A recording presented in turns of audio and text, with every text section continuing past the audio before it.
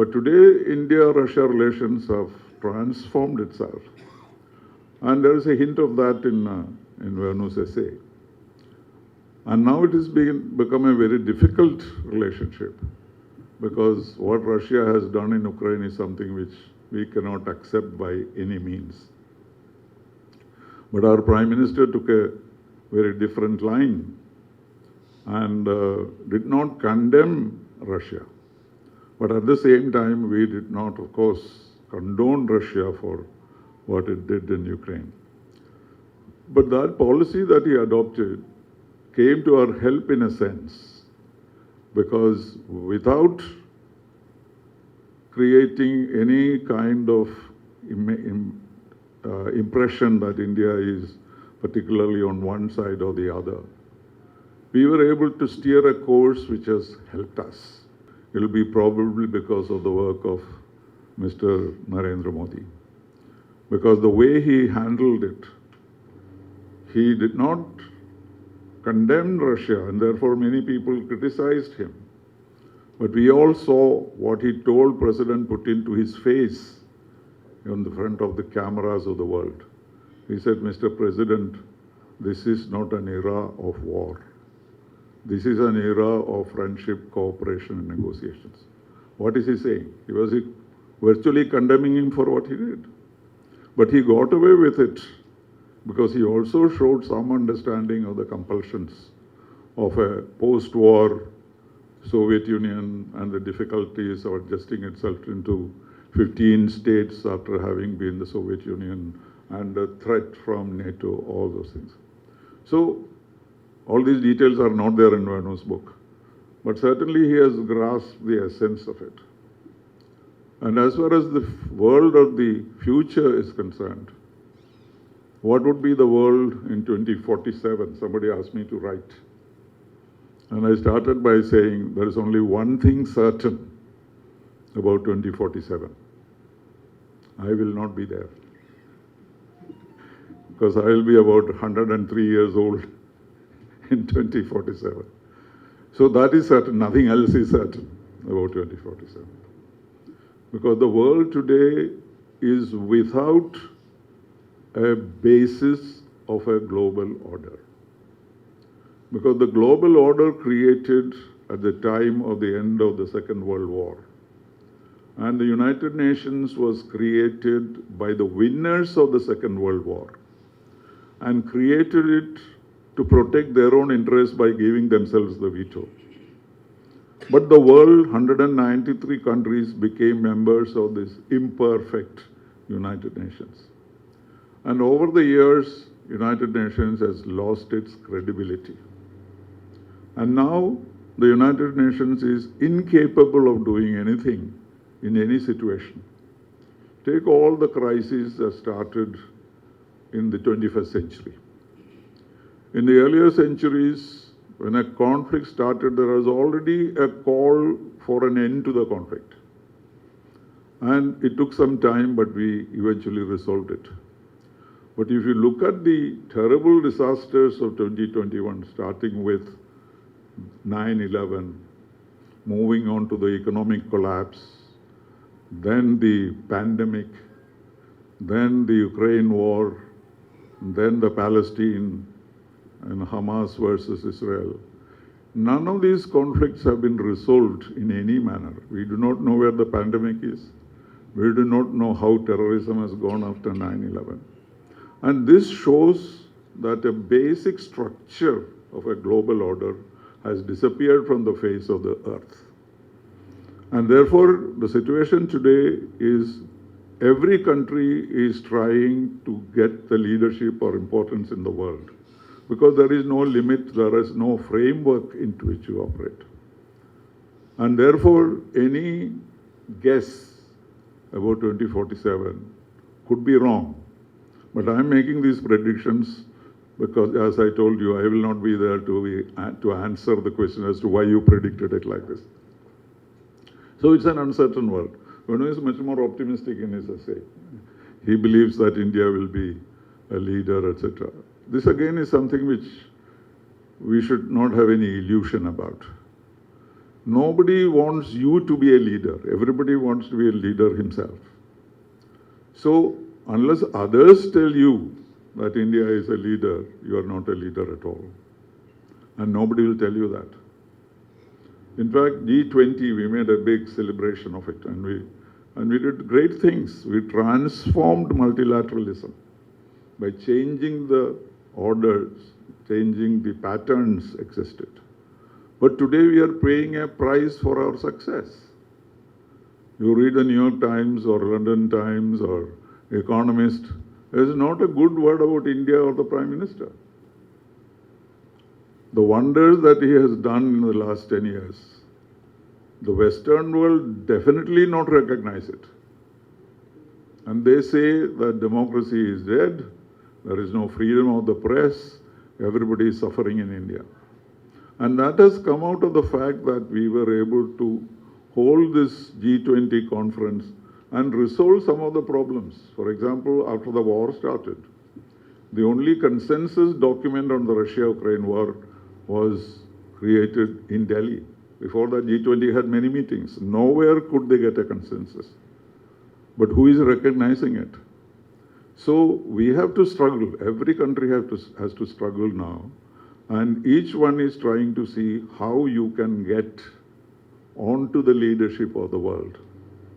And therefore, 2047 cannot be predicted, because you need to have a framework.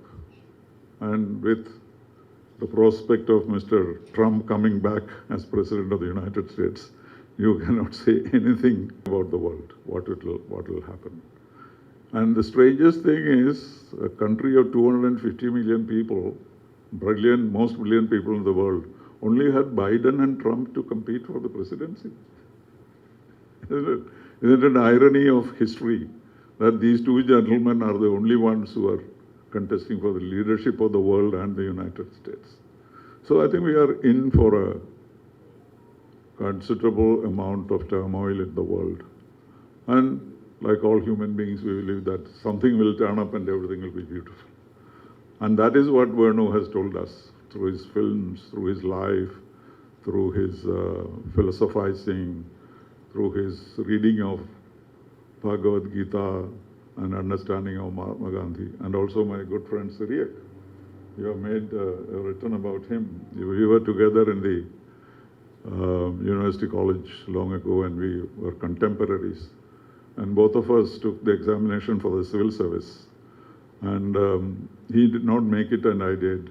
So he came up to me and said, Srini, remember, you may become an ambassador, but I'll become the foreign minister of India through politics.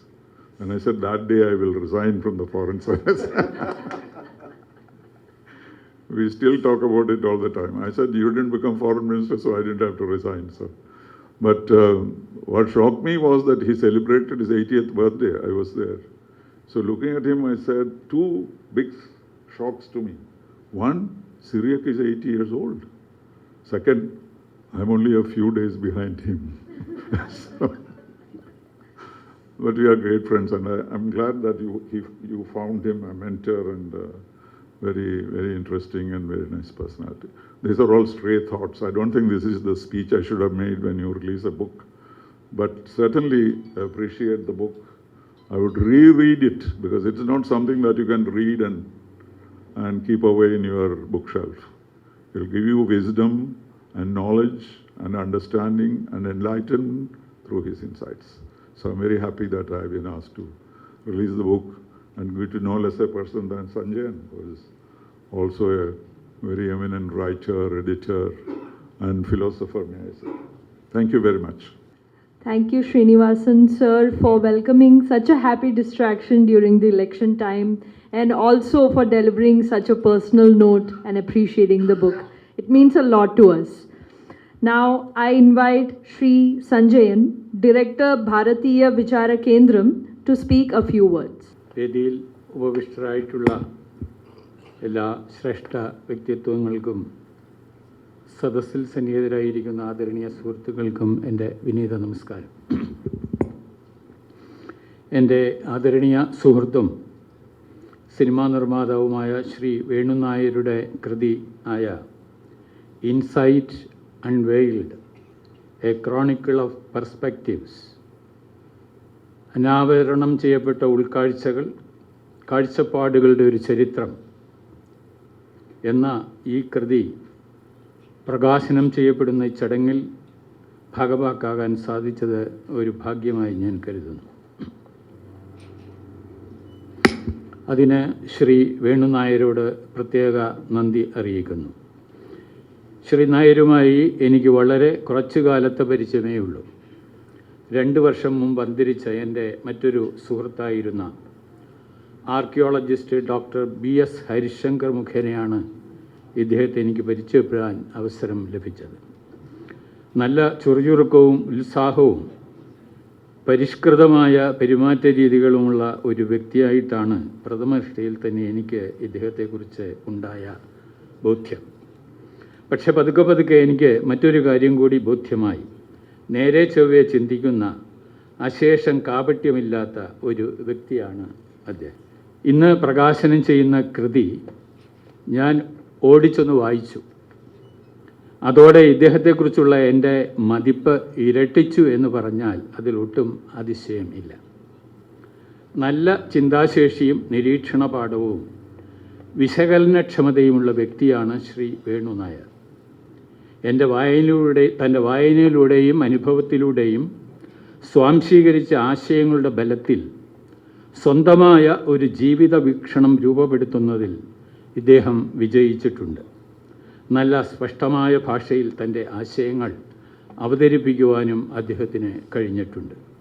ജീവിതത്തെക്കുറിച്ച് ഒരു ദർശനം അല്ലെങ്കിൽ കാഴ്ചപ്പാട് രൂപീകരിക്കുക, അത് തൻ്റെ വ്യക്തിജീവിതത്തിലും തൊഴിൽ രംഗത്തും മുറുകെ പിടിച്ച് മുന്നേറുക എന്നത് ജീവിതത്തിൽ അധികമാർക്കും സാക്ഷാത്കരിക്കാൻ കഴിയുന്ന കാര്യമല്ല. ഇക്കാര്യത്തിൽ ശ്രീ വേണു നായർ വിജയിച്ചിട്ടുണ്ട് എന്ന് കാണുന്നതിൽ വളരെ സന്തോഷമുണ്ട്. ട്രാൻസ്ഫോർമേഷൻ എന്ന ഒരു വാക്ക് ഇദ്ദേഹം ഈ ഗ്രന്ഥത്തിൽ ആവർത്തിച്ചുപയോഗിക്കുന്ന പദങ്ങളിലൊന്നാണ്.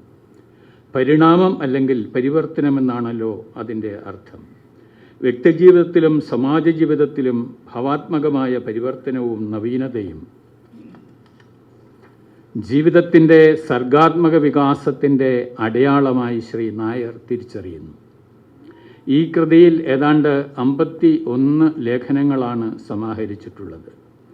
ഏതാണ്ട് എല്ലാ ലേഖനങ്ങളും മൂല്യവത്തായ രചനകൾ തന്നെയാണ്. 1990കളിലാണ് ശ്രീ വേണു നായർ ചലച്ചിത്ര നിർമ്മാണ രംഗത്തേക്ക് പ്രവേശിച്ചത്. ഇപ്പോൾ 3.5 പതിറ്റാണ്ട് പൂർത്തിയാക്കാൻ പോവുകയാണ് അദ്ദേഹം. ഈ ഗ്രന്ഥത്തിൽ താൻ 60ൻ്റെ പടിവാതിൽക്കൽ എത്തി എന്ന് സൂചിപ്പിച്ചിട്ടുണ്ട്. ഷഷ്ടിപൂർത്തി നമ്മുടെ പരമ്പരാഗത രീതി അനുസരിച്ച് ജീവിതത്തിലെ ഒരു സുപ്രധാന ഘട്ടമാണ്. അപ്പോൾ ജീവിതത്തെക്കുറിച്ച് ഒന്ന് തിരിഞ്ഞു നോക്കുന്നത് സ്വാഭാവികമാണ്.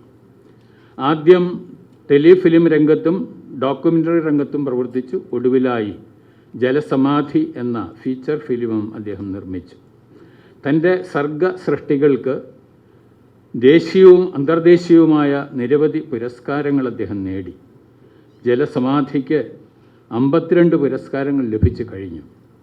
അദ്ദേഹത്തിൻ്റെ സൃഷ്ടികൾ മിക്കതും സ്ഥായിയായ സാമൂഹിക പ്രസക്തിയുള്ളവയാണ്. ഇതാണ് ശ്രദ്ധിക്കപ്പെടേണ്ട ഒരു കാര്യം. Art, cinema, country, geopolitics, important works,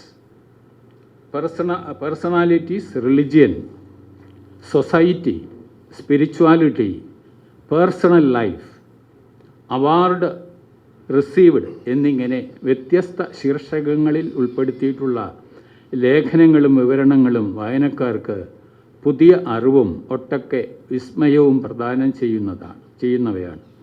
ഈ പുസ്തകത്തിൽ അദ്ദേഹം വ്യത്യസ്ത വിഷയങ്ങളെക്കുറിച്ച് അവതരിപ്പിച്ചിട്ടുള്ള കാഴ്ചപ്പാടുകളോട് ഏതാണ്ടൊക്കെ എനിക്ക് യോജിപ്പാണ് ഉള്ളത്. സമാനമായി ചിന്തിക്കുന്ന ഒരാൾ എന്ന ഒരു തോന്നൽ. ഇതിൽ കുറേ പ്രശസ്ത വ്യക്തികളെക്കുറിച്ചുള്ള രേഖാചിത്രങ്ങളുണ്ട്. അതും എടുത്തു പറയേണ്ടതാണ്.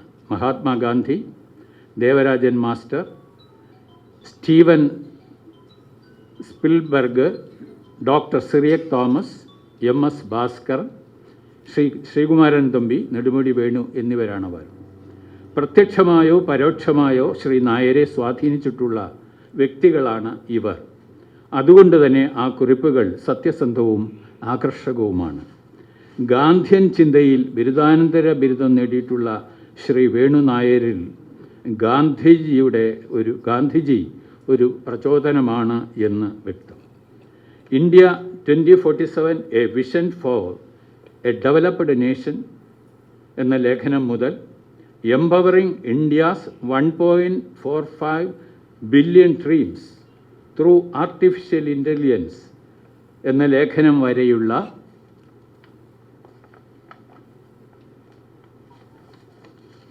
വൈവിധ്യമാർന്ന പ്രമേയങ്ങൾ ഈ കൃതിയിൽ ചർച്ച ചെയ്യുന്നുണ്ട്. അദ്ദേഹം ഏത് വിഷയം ചർച്ച ചെയ്യുമ്പോഴും സിനിമ, കല, സംസ്കാരം എന്നിവയെ ആ വിഷയവുമായി പൊരുത്തപ്പെടുത്താനും ശ്രമിക്കുന്നുണ്ട്. അത് അദ്ദേഹത്തിൻ്റെ സവിശേഷമായ ഉൾക്കാഴ്ചയുടെ ഒരു സൂചനയാണ്. ഈ കൃതി ഏറെ പ്രചാരം കിട്ടേണ്ട ഒന്നാണ്, പ്രത്യേകിച്ചും യുവതീ-യുവാക്കൾക്കിടയിൽ. ഗ്രന്ഥകാരനും ഈ കൃതിക്കും എല്ലാ ഭാവുകങ്ങളും നേരുന്നു. ശ്രീ വേണുനായരോട് എനിക്കുള്ള പ്രത്യേകമായ സ്നേഹവും ആദരവും പ്രകടിപ്പിക്കുന്നതിൻ്റെ ഭാഗമായി അദ്ദേഹത്തിന് നിങ്ങളുടെ എല്ലാം സ്നേഹാദരങ്ങളുടെ ഒരംഗവസ്ത്രം സമർപ്പിക്കുകയാണ്.